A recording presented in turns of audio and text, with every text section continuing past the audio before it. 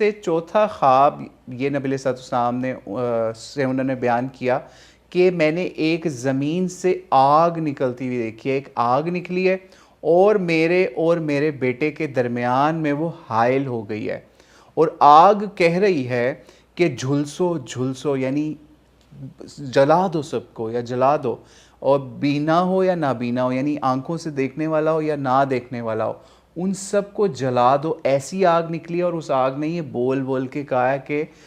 سب کو جلا دو اور یا جھلسو اور جھلساؤ، اور سمجھ لو کہ میں تمہارے مال کو کھاؤں گی۔ یعنی اس آگ نے اس طریقے سے بولا ہے، ٹھیک ہے۔ تو نبی علیہ السلام نے پھر اس کی انٹرپریٹیشن یا اس خواب کی حضرت زرارہ کو انٹرپریٹیشن یہ بتائی جو وفد نخا کے ساتھ آئے تھے، کہ اس کا یہ مطلب ہے کہ آپ کے اوپر ایک فتنہ آئے گا، یا ایک فتنہ عرب کے اندر آئے گا جس کے اندر لوگ جو ہیں یا مومن جو ہیں یا ایمان والے لوگ ہیں، ان کے اوپر ایک فتنہ آئے گا کہ وہ اپنے ہی امام کو یا اپنے ہی امیر کو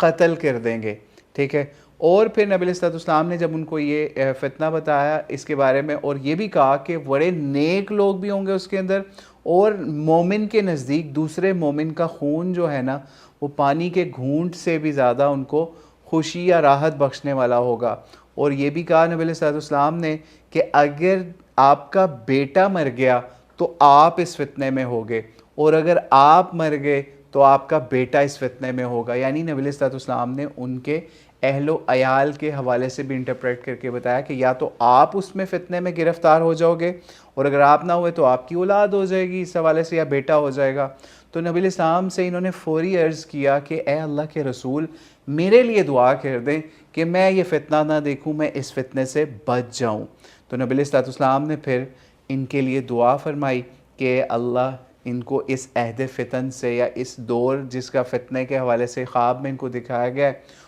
اس فتنے سے اللہ تعالیٰ ان کو محفوظ فرمائے۔ تو پھر بتایا جاتا ہے، ابن قیم نے بھی لکھا کہ جناب پھر حضرت عثمان رضی اللہ تعالیٰ عنہ کی سمجھ لیجئے جب شہادت سے پہلے جو فتنہ ہوا جس کے اندر باغیوں نے ان کو معزول کرنے کی کوشش کی یا ان کو شہید کرنے کا والا معاملہ کیا، تو اس سے پہلے ہی یہ جن کے لیے نبی علیہ السلام نے حضرت زرارہ بن عمر کے لیے دعا کی تھی وہ اس فتنے سے بچ گئے، وہ پہلے ہی وفات پا چکے تھے، لیکن جو ان کا بیٹا تھا وہ اس فتنے کا حصہ بنا، اور حضرت عثمان رضی اللہ عنہ کے خلاف جو بغاوت کرنے والے تھے وہ ان میں شامل بھی ہوا۔ اس سے بھی ہمیں یہ پتہ چل گیا کہ نبی علیہ السلام کس طریقے سے ان کے پاس اتنی بصیرت تھی، اتنی بصارت تھی، یا اتنا اللہ تعالیٰ کی طرف سے